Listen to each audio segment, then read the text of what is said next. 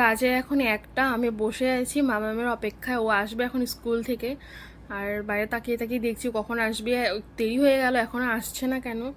তারপর দেখতে দেখতে আবার ওরা চলেও এলো। আসার পর আমি বুঝতে পারলাম যে কেন দেরিটা হয়েছে। অ্যাকচুয়ালি দাদাভাই আবার বাজারে গেছিলো, সেখান থেকে আমাদের জন্য লিচি নিয়ে এসছে, সেটাই এখন আমরা খাবো। আর ওখানে এসে নাটক করছে, ঢুকছে না।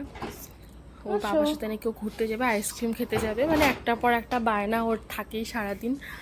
যাই হোক, এলো মাত্র স্কুল থেকে, এখন আর নিয়ে যাবে না বলছিল, সেটা নিয়ে ওর একটু হালকা মন খারাপ। তারপর হলো না, আরে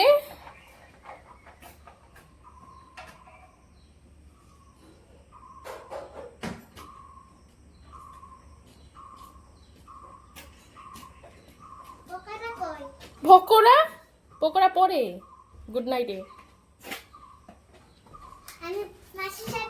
হ্যাঁ, মাসি, পাপা, মামি সবাই সবাই যাবে। वाह लीची, इतना बड़ा सा। क्या है, टिफिन? मामी के दिया शो।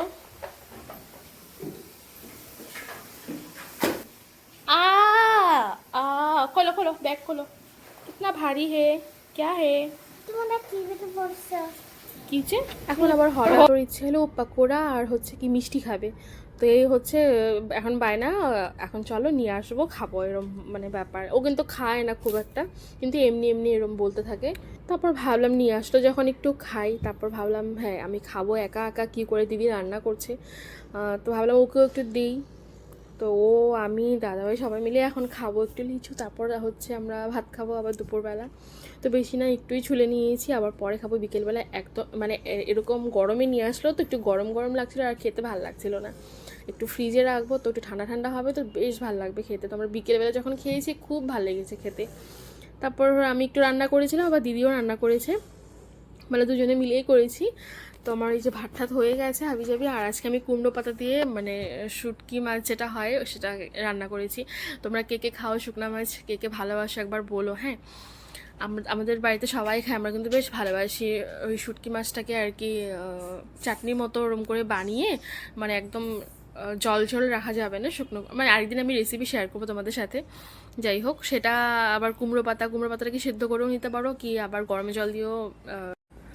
জল দিয়েও ধুয়ে নিতে পারো। যদিও ওই মানে কী বলো ওটাকে, মানে আগার পাতাগুলো থাকে না, একদম কচি পাতাগুলো, সেই সব দিয়ে ভালো হয় আর কি। একদম কচি না আবার, মানে ওই আর কি মিডিয়ামটা, বেশ ভালো হয় খেতে। তো সেটাকে আমি কুমড়ো পাতা দিয়ে সেদ্ধ করে, তারপর ওখানে আবার সেদ্ধ করিনি, আমি গরম জল দিয়ে ধুয়েছি।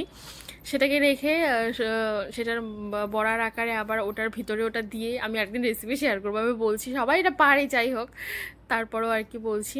তো সেটাকে আবার চালের বাটা দিয়ে, মানে চাল গুঁড়ো যেটা ওই বড়ার যেটা আমরা ব্যাটার বানাই, সেটা দিয়ে আবার বড়ার শেপে, কি বলছি আমি উল্টো পাল্টা কথা, বড়া বানিয়েছি আমি, যাই হোক সেটা দিয়ে